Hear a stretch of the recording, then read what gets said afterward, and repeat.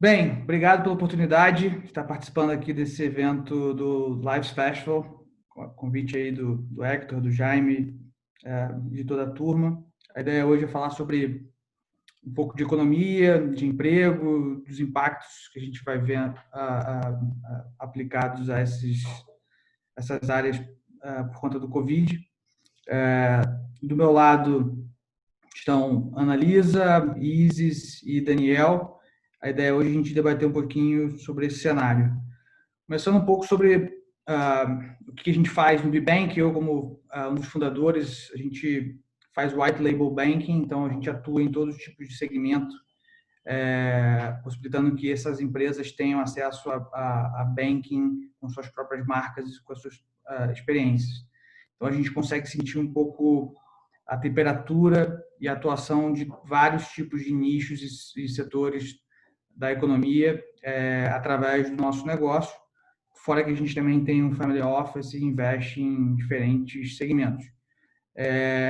Do nosso lado, o que a gente tem visto um pouco sobre emprego, que eu acho que é parte importante aqui da nossa discussão de hoje, é que a gente vai enxergar talvez um cenário sem precedentes de desemprego no Brasil.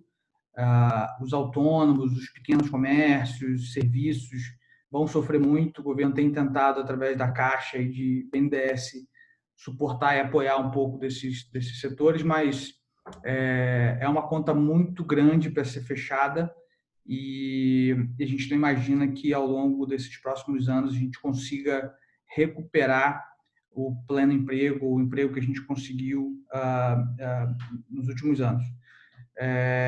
Com isso, a gente tem o que eu tenho visto em alguns artigos, um tsunami econômico.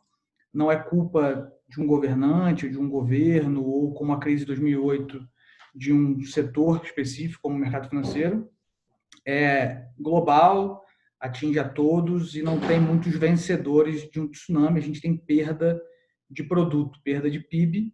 Óbvio que qualquer crise gera oportunidades, a gente tem visto grandes oportunidades, especialmente em tecnologia, em digitalização e inovação, que eu acho que são os caminhos que as empresas têm que tomar para se adaptarem a esse novo modus operandi, a esse novo cenário que a gente está encontrando. Então, tudo que é relacionado à inovação e tecnologia tende a se beneficiar, porque as empresas que já vinham fazendo algum tipo de inovação vão acelerar essa inovação e as que não vinham fazendo vão ser obrigados a fazerem. Então, isso, para mim, não tem volta. Então, é um ponto de avanço que a gente vai enfrentar. Além de inovação puramente, a gente tem visto mobilidade e meios de vida que tendem a não voltar ao normal. Por exemplo, alimentação fora do lar, como a gente está sendo obrigado a se alimentar dentro de casa por 30, 60, 90, 120 dias, a gente tem visto que consegue, por N motivos, se adaptar a comer sexta-feira à noite dentro de casa e não ter que ir a um restaurante, pagar um valet, pagar um 10%, pagar o dobro do preço que a gente faz. Então, isso tende a impactar a diversos tipos de serviços e negócios e, como fim da linha, eu diria, impactar o mercado imobiliário. Então, acho que um dos principais perdedores desse cenário de Covid vai ser o mercado imobiliário, não em geral, mas principalmente o comercial e o corporativo, porque a gente tem visto que aquele preço de metro quadrado que a gente precisava pagar para estar na melhor avenida não vai precisar mais, porque metade do meu time pode ficar em home office ou metade do meu time pode ficar no escritório numa parte mais barata da cidade. Acho que telemedicina, que é um negócio que impacta diretamente o negócio da Lives aqui, veio para ficar também. A gente não vai precisar mais ter que se deslocar a um médico por uma dor de cabeça ou uma febre. A gente vai conseguir ser atendido remotamente. E o que a gente está fazendo aqui agora, que é um webinar, que é um seminário, que é uma videochamada, vai cada vez mais se tornar frequente, seja para aquela última reunião do dia, que você pode fazer de casa, seja para encontros com estrangeiros, que você não precisa mais se deslocar até Nova York, Londres, para fazer 2, 5 reuniões. E tudo isso tende a acelerar e melhorar a nossa vida em família, a nossa vida com as pessoas com quem a gente vive, e a gente espera que tudo isso passe a partir de uma vacina ou de algum medicamento que possa nos liberar dessa prisão chamado Covid. Então, eu queria passar um pouco esse nosso cenário, que a gente tem visto oportunidades e desafios à frente. Acho que todos serão impactados, e queria ouvir um pouquinho mais sobre o ponto de vista de cada um que está participando desse festival com a gente aqui. Eventualmente começar com a Annalisa, perguntando o que ela entende, o que ela acha que serão os maiores impactados e os impactos que serão gerados pela pandemia. Bom, é um prazer estar aqui, agradeço ao Jaime pelo convite, é muito legal esse festival, acho que traz assuntos muito relevantes. Eu concordo que a gente está passando por uma aceleração importante de várias tendências que já iam acontecer, o home office já tinha que acontecer, a gente tem uma gestora de recursos, a Parmais, e uma consultoria em finanças pessoais e corporativas. Então, e a gente já atendia no Brasil, no mundo inteiro, né? Então, agora isso foi ótimo, assim, né? Tem um lado que a gente acabou se favorecendo. Agora, é desesperador também ver o que está acontecendo com tantos comerciantes, com tantos pequenos empresários. É bem complexo o que vai acontecer. Mas eu acho até que eu estou um pouco mais otimista, porque eu acho que vai depender do tempo que essa pandemia vai demorar para a vacina, né? A partir do momento que a gente tem uma vacina, e acompanhado bastante economistas, e eu também escolhi ser otimista na vida, eu acho que até o final do ano a gente deve ter essa vacina, pelo que eu tenho escutado bastante. Então, e também tem alguns países que estão conseguindo levar melhor e tal, então a gente vai passar por um período muito difícil, mas como toda guerra, pode demorar menos ou mais, vão ficar mortos pelo caminho, tanto do ponto de vista de saúde pública, né, de saúde, claro, e muitos desempregados, muitos falidos, mas eu acho que também nunca teve tanto apoio governamental, todos os governos injetando recursos na economia, e isso vai ajudar bastante. O que eu posso, daquilo que eu faço, eu sou planejadora financeira pessoal, certificada pela Associação Planejar, inclusive sou embaixadora da Associação Planejar em Santa Catarina, uma profissão que eu me orgulho muito. Então, o que eu posso dar de dicas para as pessoas? Como é que a gente se organiza nesse momento? E acho que a gente tem que pensar em dois momentos. A gente tem que pensar no momento agora, como é que eu faço para me organizar, e como é que eu faço para me organizar depois também. Então, para depois, passa toda essa questão que a gente tem que se reinventar, que quanto mais rápido a gente estiver pronto para o digital, melhor, né? Então, passa por várias questões. Agora, do ponto de vista de finanças pessoais, né? A primeira coisa que a gente tem que fazer é enxergar onde a gente está. Então, é muito importante buscar conhecimento, técnicas de finanças pessoais e também se autoconhecer. Um pouquinho de autoconhecimento também, porque vai ajudar muito. A gente tem visto, né, que tem muita gente com muito medo e tem gente que não tem medo. Mas tem muita gente que está paralisada pelo medo. E isso, em finanças comportamentais, a gente vê muito.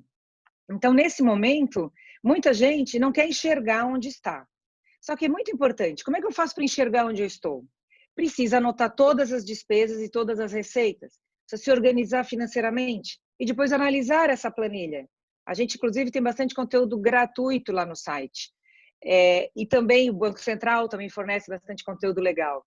Não é da mesma, e tem que olhar, né? Tem uma área das finanças, chama finanças comportamentais, que estuda a relação do homem com o dinheiro, que mostra, já saiu vários prêmios Nobel de economia, com várias teses que eles provaram que a gente é induzido a fazer algumas bobagens, e uma delas é isso. Então, assim, é o medo de enxergar onde que a gente está, é o medo de enxergar quanto que minha carteira despencou porque a bolsa caiu 40%. Então, é o momento da gente encarar a realidade. A gente pode ficar paralisado pelo medo ou a gente pode ir para ação. Então, planilha de controle financeiro, anotar tudo que ganha e que gasta, depois ter uma visão gerencial. Analisar como gastar melhor. Eu acho que entra uma questão muito importante agora, que quem trabalha com finanças não foi preparado para isso, que é pensar que o que eu faço hoje vai impactar com o meu cabeleireiro, vai impactar para o motorista que me leva para o aeroporto, vai impactar toda a cadeia, vai impactar na padaria que eu frequento, né? Então, assim, aquilo que todo mundo está falando, consuma do seu bairro, com certeza. Mas vamos ajudar a economia a girar também naquilo que for possível, né? Separar uma parte, quem pode, para doar dinheiro. Acho que o brasileiro está aprendendo a doar, isso é muito legal. Então, se todo mundo fizer doação, aqueles que podem, se a gente ajudar a nossa comunidade, se a gente se organizar para gastar melhor e repensar alguns conceitos, será que eu preciso tanto daquela bolsa? Né? Se eu estava lá no meu orçamento comprar aquela bolsa, será que eu não posso, se eu tiver condições, como é que eu posso ajudar? Então, não posso pegar o dinheiro dessa bolsa e distribuir? Eu recebi cobertores. Pega o cobertor velho e doa também. Né? Eu também sou líder do Mulheres do Brasil em Florianópolis, e a gente faz campanha de agasalho, faz campanha de doação de cobertor, campanha de cesta básica. Então, aqueles que recebem, também podem, aqueles que estão precisando, que recebem, mas já recebeu, faz girar, vamos girar a economia, vamos todo mundo se abraçar. Eu acho que isso é um ponto fundamental, porque uma amiga minha fala muito claro, está todo mundo no mesmo mar, e o mar está bem ruim. Só que tem gente que está de barcão, tem gente que está de lancha, tem gente que está de bote, tem gente que está de colete, mas o mar está ruim para todos. Então, é hora da gente encarar a realidade. Quanto à carteira de investimentos, vamos olhar ela, o que eu consigo melhorar? Será que eu preciso ficar agarrado? A gente sabe, e também é outra Nobel com isso, a dor da perda é muito maior, muito mais intensa do que a intensidade da vitória, do ganho. Então, o comerciante, né, fica paralisado, o investidor que a carteira despencou, fica paralisado e fica traumatizado. Se a gente sabe que a dor da derrota ela é muito mais intensa do que a alegria da vitória, a gente consegue ponderar um pouco isso e consegue ir para frente. Né? A gente precisa olhar para frente. E olhando para frente, pensando, temos muitas oportunidades. Né? Existem várias oportunidades. Tem muita criação, muita gente querendo ajudar, muita gente entusiasmada com isso. Então, quais são as oportunidades? Como é que eu me reinvento? Como é que eu trabalho remotamente? Então, tem muita coisa que está surgindo que também é legal. Eu acho também que uma coisa bem importante, olhando para frente, como é que nós vamos sair dessa? A gente vai sair, é um vírus, nós vamos vencer essa guerra com mais mortos ou menos mortos. Então, vamos trabalhar todos juntos para que saiamos com menos mortos, tanto do ponto de vista de saúde quanto do ponto de vista econômico. E nós vamos viver muito. Nós vamos viver 100 anos. Então, se a gente vai viver tanto, como é que a gente vai... como que eu vou fazer para viver os próximos 70, 50 anos? Eu tenho 48 anos, então eu vou viver lá meus 100 anos. Eu tenho mais 50 anos pela frente, né? Então, então, como é que eu vou fazer? Como é que eu vou me organizar financeiramente? Então, aprender técnicas de finanças pessoais, aprender o básico para poder demandar, não ficar refém de grandes bancos, conhecer as regras básicas, montar um plano de aposentadoria. Você vê, agora o governo está ajudando, né? Certíssimo. Mas, assim, quem contribui para o INSS e fica inválido, ele tem lá um seguro contra invalidez. Então, assim, conhecer, montar um plano de aposentadoria, contribuir para o INSS, conhecer as regras de previdência privada, saber demandar seguro, é muito importante. E eu acho que é muito importante também a gente cuidar com o efeito manada. O efeito manada a gente vê, então, assim, no varejo, né? Black Friday, a gente acaba comprando mais do que precisa. Pessoas com medo acabam levando mais gente ao medo. Eu, particularmente, ali a gente, na Parmais, a gente tem feito um exercício de não mais interpretar, ouvir uma notícia já interpretada. Se é o Banco Central que vai falar, vamos ouvir o Banco Central falar. Se é o presidente que vai falar, vamos ouvir o presidente falar. Por quê? Porque senão a gente acaba sendo envolvido a pensar de acordo com a manada. não é? E isso não está legal, porque nesse momento tem muita coisa, né, muita tragédia acontecendo e a gente vai nessa bola de neve. Então, tomar bastante cuidado com o efeito manada para a gente conseguir pensar de uma forma de fora e buscar ser construtivo. Eu acho que, enquanto mulheres do Brasil, eu acho também que a gente tem que é muito legal essa conversa, buscar um diálogo, buscar uma conversa, buscar união. Eu acho que a gente vai sair melhor dessa pandemia, porque a gente nunca precisou tanto um do outro. E se todos estiverem juntos, a gente consegue vencer, não é? Sobre o autoconhecimento, antes de encerrar, a gente tem que tomar bastante cuidado com, por exemplo, na China, quando começou a retomada, as pessoas saíram comprando muito. Primeiro, o efeito foi sair comprando muito. Será que a gente precisa? Será que a gente não pode aproveitar esse momento para repensar e fazer um consumo mais consciente, de ter aquilo que a gente precisa, de ter a estrutura que a gente precisa, sem se preocupar tanto com o outro e se preocupar com o outro, do ponto de vista de colaboração e não de ter mais que o outro, ostentar mais do que o outro. Então, eu espero que a gente tire proveito dessa fase tão difícil que está todo mundo passando e que a gente saia melhor do que entrou, principalmente nesse ponto de responsabilidade social, de consumir de uma forma mais consciente, de planejar o nosso futuro, de ter uma vida mais equilibrada. Muito legal, obrigado, Analisa. Acho que você tocou em alguns pontos importantes aí em volta de economia, finanças e emprego, né? Acho que filantropia é uma consequência do que a gente está vivendo. Acho que tende a ser cada vez mais organizado, estruturado e feito pelas famílias de todas as classes. Eu acho que o senso de comunidade, que no Brasil nunca foi muito relevante, tende a passar a ser mais. Eu acho que finanças familiares e pessoais se tornam mais importantes porque você tem recursos mais escassos, você precisa maximizar o potencial das suas finanças, né, da sua família e do que você tem. E eu acho que um negócio que faz muito sentido é a longevidade que você tocou. Acho que cada vez mais a gente vai viver mais, a ciência está aí para nos ajudar, e por isso a gente consome mais, e por isso a gente precisa ganhar mais dinheiro, e por isso a gente precisa tratar melhor todo esse arcabouço de uma família, de um indivíduo, financeiramente, economicamente, como lidar com esses temas do século 21, 22 e por aí vai.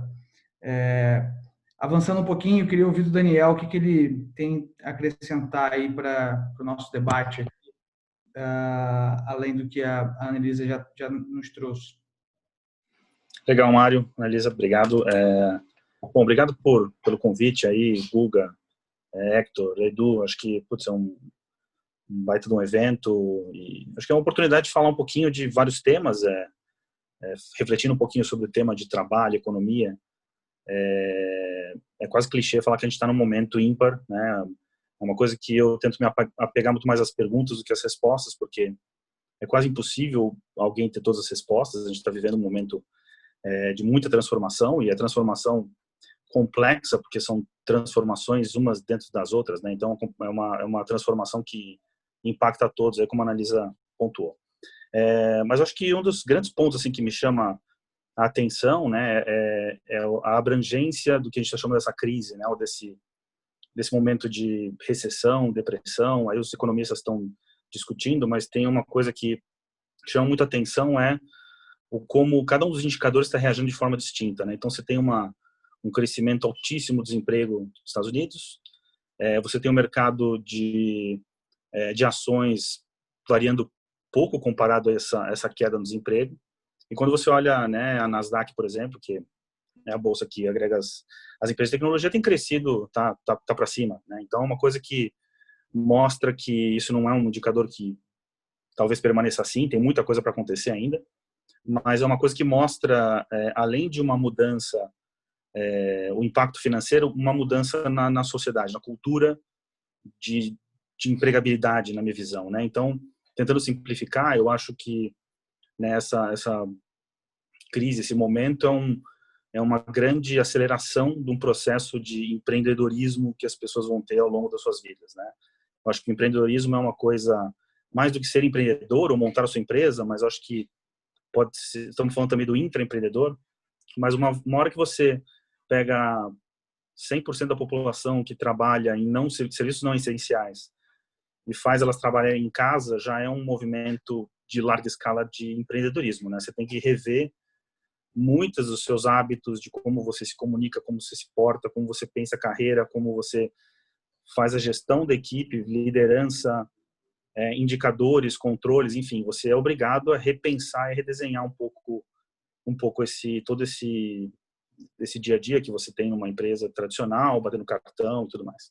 Então, acho que essa queda do desemprego, por exemplo, ela mostra um pouco do quanto essa digitalização quase que turbinada que chegou, né, de todo mundo ter que aderir ao e-commerce, à videoconferência, também não causou impacto de empresas que estavam num processo mais atrasado de digitalização, tiveram que se digitalizar e por isso já meio que rearrumou um pouco desse novo patamar de empregabilidade, digamos assim. Então, acho que é uma transformação que veio para ficar, é uma transformação que quando você compara um pouco, né, empresários ou empreendedores com pessoas que trabalham em carreiras, né, eu sou do mercado financeiro, sempre trabalhei em carreira de banco e coisas do tipo, você entende que os empresários, um sentimento meu de que os empresários e empreendedores são um pouco mais pessimistas do que quem está trabalhando hoje, né, numa carreira, está numa posição e está numa certa estabilidade empregatícia. Isso não é uma questão de tomar lado, não é uma questão politizada, eu acho que é uma questão até de como a pessoa vê um pouco da vida, do trabalho do futuro, onde o empreendedor ele é mais rápido de admitir que houve uma mudança, né? Então, uma pessoa que hoje tem uma estabilidade de emprego, não empreendeu, ele está mais quase que torcendo para que volte ao normal e fala, putz, como é que eu vou retomar a minha vida como ela era para poder seguir adiante? E a verdade é que a gente vê que realmente não existe mais essa normalidade, né? Ela vai ser reescrita e isso demanda uma certa dose de empreendedorismo. Então, eu acho que isso é uma discussão bem importante, porque você olhando um pouco dos países, você sabe que existem países que são mais propensos e têm mais um DNA de empreendedorismo do que outros, né? Então, acho que isso também reflete em alguns indicadores e até um pouco dessas mudanças bruscas aí de mercados e de como, né, eles vão reagir. Então, acho que a gente vive isso um pouco na pele, falando um pouquinho do nosso dia a dia. Eu sou cofundador da Frank Open Bank, a gente é um ecossistema de Open Banking que agrega aí 25 marcas entre bancos e fintechs, e a gente distribui uma centena de produtos financeiros para pessoas de diversos segmentos, PF, PJ. Então, a gente tem hoje operando na plataforma 300 bankers, que a gente chama, são autônomos, né? Similar como é um agente autônomo de investimento, um corretor de seguros, mas que ele distribui múltiplas marcas e múltiplos produtos. E esse é um grande ponto que as pessoas sempre perguntaram sobre esse modelo de negócio. Poxa, por que eu vou ter uma pessoa distribuindo se hoje o digital é algo é um framework tão simples de implementar, né? Por que ter esse intermediário? Não é hora dele simplesmente ser substituído pela máquina, digamos assim. E a gente insistiu que não, porque a cultura e o entendimento sobre produtos financeiros no Brasil ainda é baixa, né? O entendimento do brasileiro comum sobre produtos mais complexos, como previdência, investimentos, seguros, ainda é muito baixa para ele tomar uma decisão sozinho, ir lá e comprar, né? Então, alguns produtos, né, conta digital, cartão, que já são mais digitais, a gente apostou que esses outros produtos um pouco mais complexos dependeriam de uma pessoa ali assessorando, ajudando, indicando, e não deu outra, né? Acho que um dos indicadores de que isso é verdadeiro é um pouco dessa corrida às agências da Caixa, né, de milhões de brasileiros. Então, você tem uma digitalização de dezenas de milhões de brasileiros, onde ele tem um incentivo claro, né? Assim, você abre uma conta na Caixa, você tem o seu auxílio de R$600, que é maior que qualquer programa de indicação de banco digital, por exemplo. E, ao mesmo tempo, você tem uma pandemia quase que falando, olha, não sai na rua, é perigoso. E, ainda assim, milhares de pessoas vão na rua e vão nas agências para buscar informações. Eles não têm um nível de digitalização tão alto ainda, eles precisam de ajuda. Então, acho que esse processo é um processo que impacta diversas formas, diversas classes sociais de forma muito, muito diferentes. Então, acho que é aí que eu queria centrar um pouquinho o ponto, que existe sim muita oportunidade. Então, a gente vai ter perda de emprego, mas não perda de trabalho. Então, as pessoas têm que talvez se reinventarem de alguma forma para ocupar esses espaços que ainda vão permanecer existindo, né? O caso do profissional bancário, por exemplo, alguém que está trabalhando numa agência, ele tem várias formas hoje de trabalhar e de atender um público específico, a trabalhar os clientes da carteira dele, a ajudar a comunidade dele, a família, amigos, mas não necessariamente ele precisa fazer isso dentro de um banco, ele tem outras formas. Então, acho que essa ruptura vai trazer desafios gigantescos. A gente está falando de uma crise complexa, né? Né, o Brasil teve um impacto bem considerável comparado aos outros países. A gente não teve um impacto, ainda bem, por enquanto, da crise de saúde, mas a gente teve um impacto gigantesco na nossa bolsa de valores, a gente teve um impacto gigantesco na cotação do dólar, a gente teve um impacto bastante representativo em outros indicadores. Então, realmente, o Brasil não estava tão preparado para enfrentar um tsunami desse, né? Então, a gente vai sair um pouco avariado, mas eu acho que com toda a possibilidade para a pessoa que tem um pouco desse espírito empreendedor, seja dentro de uma empresa ou fora dela, de abraçar isso e construir um novo futuro. Acho que vai ser muito mais as pessoas escreverem, né? Muito mais do que eles tentarem adivinhar como vai ser esse novo normal, eles escreverem o próprio novo normal, como é que eles querem se portar, onde é que eles querem buscar oportunidades e de alguma forma empreender. Então, acho que é uma grande revolução. Não vai ser fácil, mas acho que é totalmente factível da gente sair fortalecido aí mais para frente. Não se sabe muito bem quando, mas a gente sabe que a gente vai sair dessa. Bacana, Daniel. Eu acho que assim, alguns pontos que você tocou, eu concordo plenamente, são super importantes. Normalmente, em crises econômicas, a gente vê o empreendedorismo mais claro, não, de novo, porque é mais interessante, mas por sobrevivência, por necessidade. Você perdeu o seu emprego, você vai vender marmita, você vai vender remédio porta a porta ou cosmético, você vai dirigir um Uber ou aplicativo qualquer. Então, a cada crise, a gente vê as pessoas se reinventando, negócios se reinventando, empresas se reinventando, e o trabalho ele continua, o emprego que muda. E aí eu me lembro um pouco aquela teoria de Schumpeter, assim, da destruição criativa, né? Então, a cada crise também a gente destrói algum tipo de segmento, de setor ou de nicho para reconstruir algo melhor, mais avançado. Então, eu acho que, olhando para frente, uma das destruições que a gente vai ver foi a gente abriu mão do carro próprio para usar o Uber, e agora, com o novo mundo pós-Covid, a gente eventualmente vai abrir mão do Uber para ficar em casa no home office. Então, assim, talvez na próxima crise a gente volte ao estágio 1 aqui, que era ter o carro próprio e trabalhar de alguma outra maneira.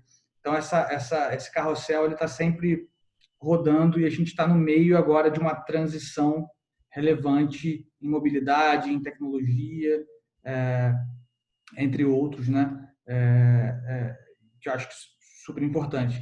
E isso impacta, por último, no que você comentou também, em sustentabilidade, né? Querendo ou não, a gente está aí há 10 anos ouvindo sobre sustentabilidade, sobre ESG, sobre como tornar o mundo mais verde, mais puro, e aí me vem uma crise do nada, ninguém esperava, e torna, by far, o mundo mais puro em questão de semanas, porque a gente não pode sair de casa, a gente não polui, a indústria não abre, o comércio não abre. Então, assim, isso serve, eu acho que está muito agora em voga, justamente o que a gente pode fazer com sustentabilidade, com tornar o mundo um país mais interessante de se viver, junto à natureza. E a gente viu que dá para fazer, tudo bem que foi pela força, mas agora, passando o Covid, talvez com um planejamento melhor a gente consiga chegar lá. E aí eu queria ouvir um pouquinho da Izzy sobre os pontos que já foram abordados, o que você tem a adicionar aqui na nossa conversa, Izzy, para me ajudar. Boa noite, obrigada, prazer, Mário, Daniel, Analisa, obrigada, Hector, pelo convite. É muito delícia a conversa, poder absorver a riqueza, né, e juntar todos os conteúdos. Quando eu recebi o convite, até pensei, né, o que eu poderia compilar dentro do cenário do que a gente vive e o que eu poderia trazer de mensagem. Falando rapidamente, né, o que eu tenho feito, até para poder dar embasamento na opinião que eu tenho, eu sou empreendedora, venho há alguns anos trabalhando direto com empreendedores, não só na parte de inovação de startup, mas o empreendedor raiz mesmo, o que está na rua agora e o que está sendo mais impactado, e também junto com investidores. Então, o que a gente tem feito é esse mapeamento de uma forma macro, a gente centraliza e a gente trabalha através do networking internamente. Então, quando a gente faz esse mapeamento macro e esse levantamento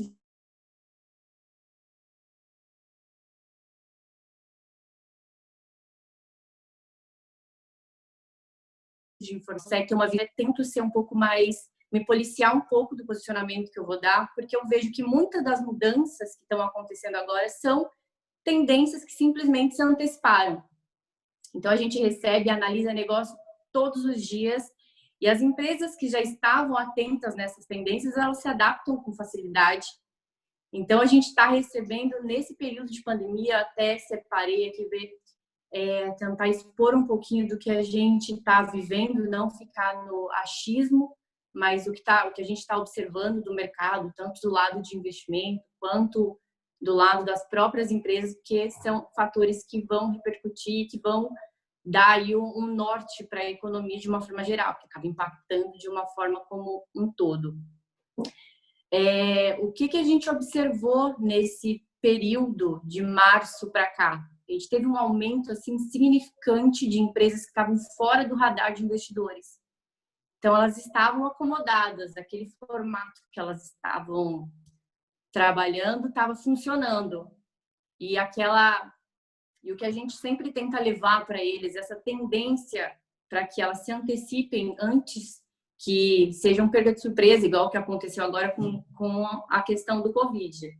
Né? Então, muitas empresas estão tendo que se adaptar com mais facilidade. Então, isso abriu um olho até para que elas estejam mais abertas para irem para investimento, a implementar tecnologia e já está antevendo esse passo à frente. E também muitas tecnologias estão surgindo. Então, de uma forma geral, o fenômeno, o que aconteceu, essa antecipação dessa tendência que seria a longo prazo, o remoto não é novidade para ninguém. Então, a gente já sabia que as empresas iriam vir para esse formato.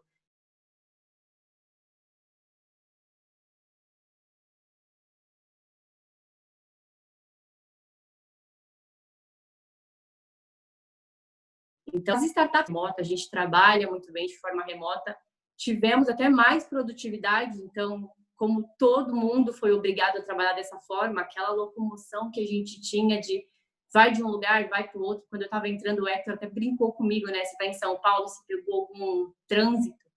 Então, aquele padrão que a gente tinha, vai para um lado, vai para o outro, para a gente fazer reunião, hoje a gente tem uma produtividade muito maior.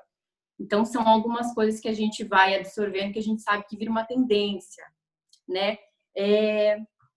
Deixa eu ver se eu consigo acrescentar mais alguma coisa do que a gente está percebendo no cenário atual. Então, a gente está vendo muito negócio bacana, novo que está vindo. Tem muito investimento também. Então, quando a gente olha de forma ampla, a gente vê muito investimento.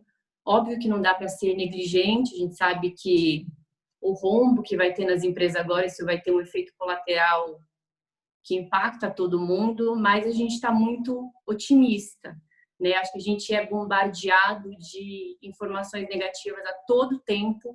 É algo que até tirei para mim, eu já não pesquiso mais. Eu acho que a informação, quando realmente ela foi importante e relevante, ela chega, né, até a gente. Então, eu me blindei um pouquinho disso, mas, de todo modo, é muita informação negativa que é passada. E a gente aqui que está nos bastidores, a gente vê o tanto de empreendedor bom, o tanto de tecnologia boa, o quanto, mesmo durante a pandemia, o quanto de negócio bacana está chegando já para suprir essa necessidade, esse novo comportamento que estão vindo.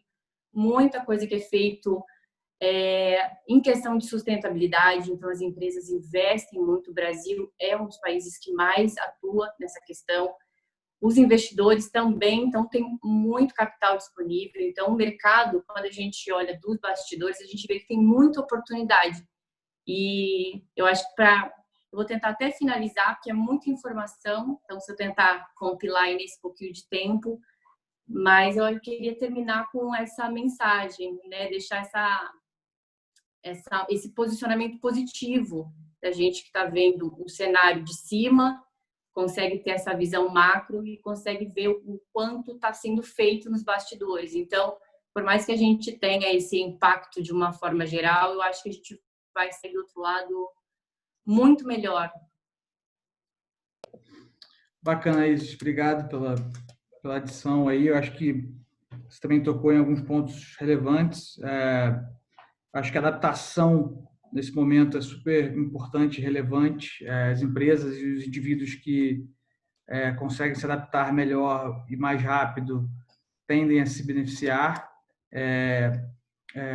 Um exemplo que me vem agora na cabeça é a Gympass, uma empresa super bacana brasileira, fazendo sucesso no mundo em tecnologia, né? Então, associando academias às grandes empresas e a tecnologia, se tornou um unicórnio. E o César, que é o CEO da Gympass, fundador da Gympass, ele, quando chegou a crise e as academias ficaram fechadas, ele criou 2 núcleos, né? Um núcleo azul e um núcleo amarelo. Então, o núcleo azul basicamente esquece que temos uma crise, esquece a pandemia e trabalha para desenvolver novos produtos, novas maneiras de a gente engajar a turma. Fica dentro dessa bolha e pensa que você tem orçamento, o Brasil está crescendo, o mundo está crescendo e a gente precisa competir. E o time amarelo ou qualquer cor é aquele focado em como sobreviver, como passar a pandemia, como ter caixa, como ter time, etc. Então, é aquele war room mesmo de manutenção da solvência, da liquidez e da vida daquela empresa.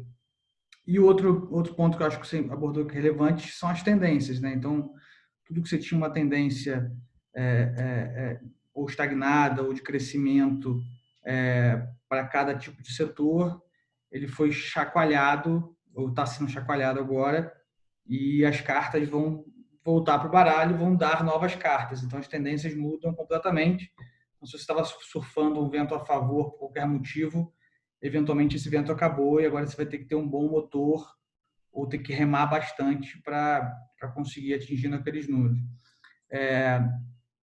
Então, acho que com isso, volto a bola para a Analisa, Daniel, se quiserem adicionar algum ponto, se achar que, baseado nas outras colocações, se ficou faltando algum tema a ser abordado, ou queria adicionar ou sugerir algum tipo de pauta. Bom, eu acho que o mundo vai mudar, com certeza, mas eu acho que a gente vai caminhar para um modelo híbrido. Acho que vamos realmente, muita gente vai optar por morar na praia, por morar na fazenda, os hábitos vão mudar, para alguns, para outros nem tanto. Então, eu acredito que boa parte vai voltar, né? Eu, por exemplo, sou urbana, nem vem que eu não vou morar no mato, não quero morar no mato, eu quero morar na cidade, né? Então, assim, muita coisa vai mudar, mas eu acho que a gente não vai perder o que a gente tem, só vai melhorar. E eu espero que a gente consiga, de novo, que a gente consiga sair melhor, mais unido, e que bom, que muitas coisas que eram tendências vão antecipar, né? Tanto esse espaço vai ser ocupado. Então, a gente vê a galera mais velha, todo mundo conectado, que antes resistia. Então, assim, é um maravilhoso mundo novo também, não é? Da gente poder matar a saudade por uma videoconferência. Então, acho que está todo mundo se reinventando E é isso, eu também acho que tem muitas oportunidades, acho que a economia volta, sou filha de... Meu pai viveu a guerra, eu morei muitos anos na Itália, todo mundo lá é traumatizado da guerra. Eu acho que é isso, assim, a gente está vivendo uma guerra, mas a gente vai sobreviver e que saímos mais fortes e mais unidos disso tudo. Você comentou sobre a guerra, só fazendo um adendo também. Eu fico imaginando aquela pessoa que nasceu ali em 1910, ela, antes de completar 40 anos, ela tinha passado por 2 guerras mundiais, uma grande depressão, uma outra pandemia, e assim, e eles continuaram, estão vivos, criaram grandes empresas, criaram uma super comunidade, criaram os Estados Unidos da América, etc. Se fortaleceram, né? E aceitaram as dificuldades e tomaram proveito, quem pôde, quem foi rápido, quem foi inovador, quem se adaptou melhor, para criarem grandes negócios, grandes grupos, grandes sociedades, etc.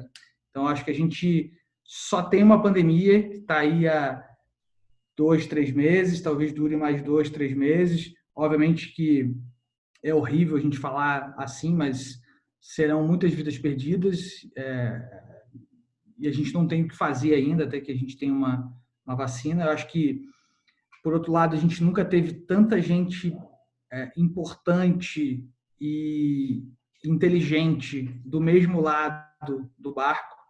A gente, ao longo da nossa história do mundo, a gente sempre teve polos diferentes brigando um com o outro, União Soviética, Estados Unidos, e China, e Europa, etc.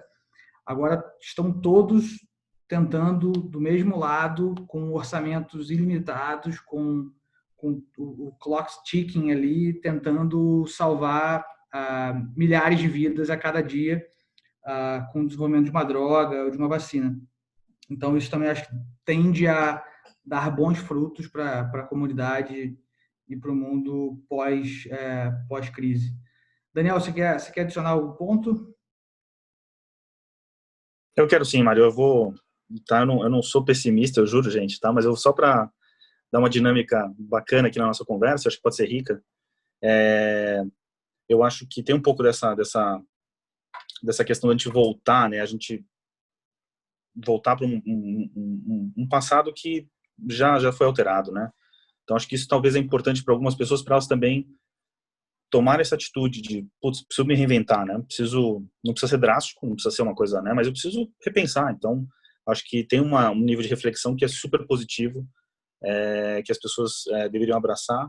Eu acho que a gente tem um caminho longo pela frente de retomada. Essa retomada vai ser uma retomada, mas vai ser uma retomada difícil, né? A gente está falando de um cenário de juros próximo a zero, até negativo, questões de, enfim, possível inflação. Então, a gente tem realmente um caminho árduo, né? Não acho que vai ser uma coisa impossível, acho que é uma coisa que vai tornar a gente mais forte, mas é um caminho árduo, né? As pessoas têm que estar preparadas, né? Acho que no planejamento financeiro, e uma das coisas que o brasileiro não é muito bom é em guardar dinheiro para um dia chuvoso, né? Então, o dia chuvoso chegou, é uma tempestade, trágico de uma certa forma, mas é um pouco do porquê a gente, às vezes, estuda temas técnicos, finanças, né? E a gente até, para um investidor, a gente ajuda ele a entender e a simular um pouco o que é um pouco desse mercado para baixo. Então, aqui é a prova de que ele existe, de que isso tem que ser uma coisa muito séria, né? Então,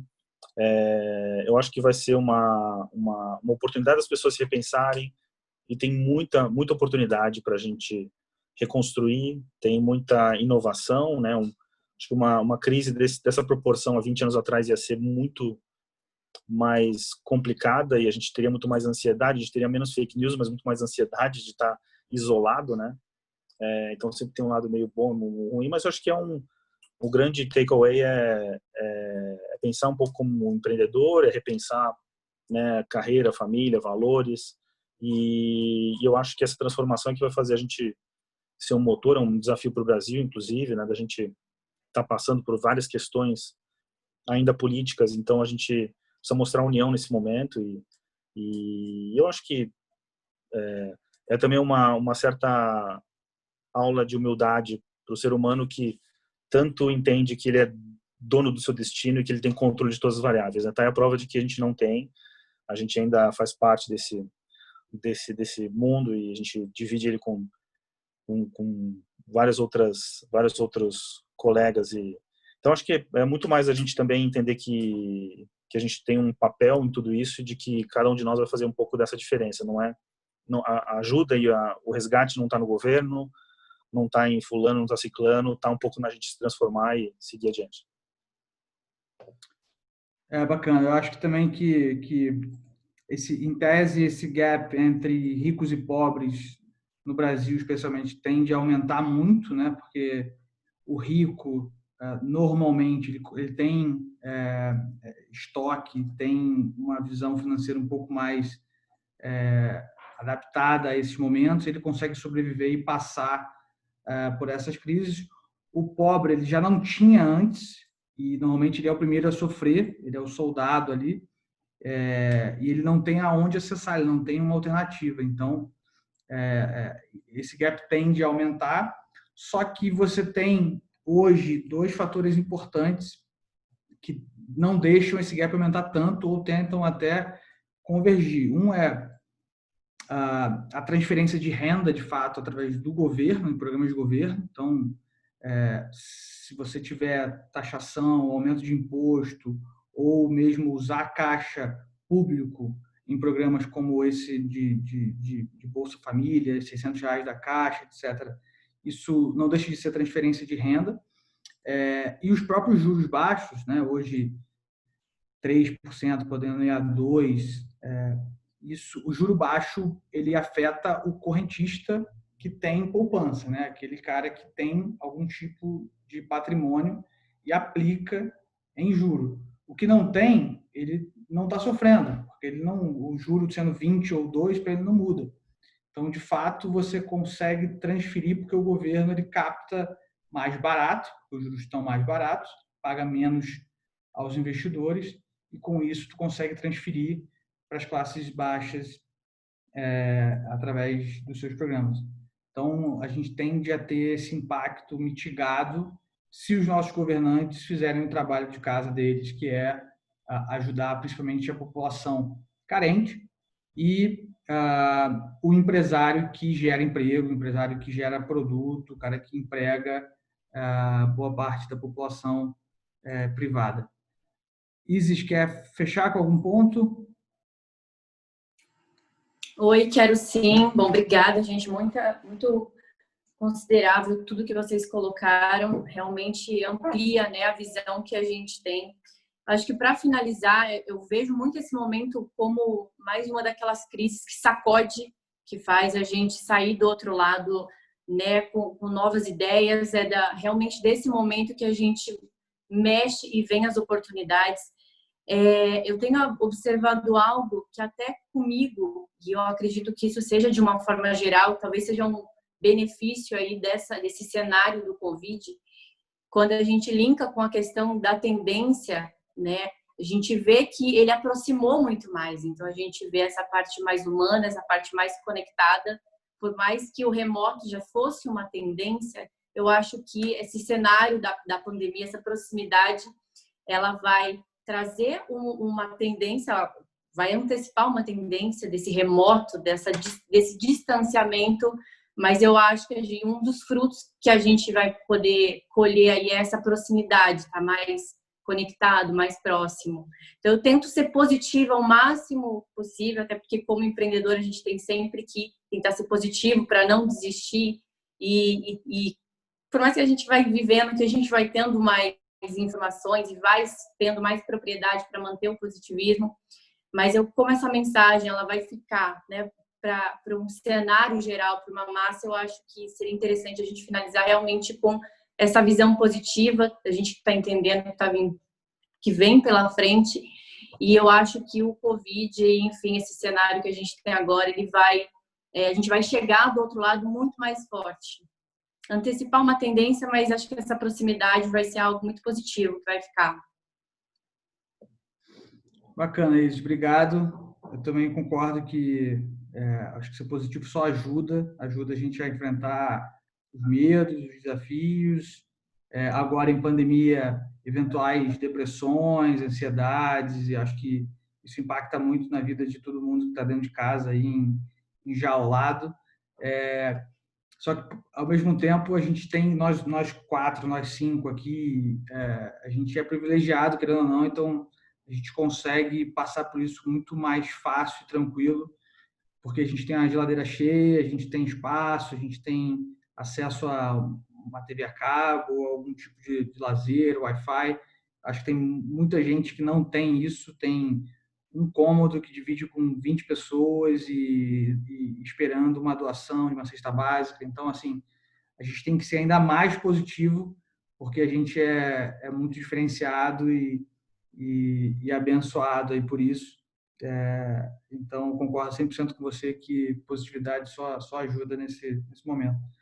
Então, eu queria agradecer a todos aí que participaram, aos participantes, aos speakers aqui do nosso painel, a Analisa, o Daniel, a Isis, e agradecer aí o pessoal da Live pela oportunidade e fechar esse webinar aí agradecendo e deixando um pouco dessa mensagem que todos trouxeram aqui de enfrentar os desafios, aproveitar as oportunidades, ser positivo, tentar empreender se for possível, né? E se for do seu desejo, e ajudar o próximo, que eu acho que são parte da nossa função aqui como comunidade e nesse painel aqui, levando um pouco dessa mensagem para todo mundo. Obrigado, pessoal.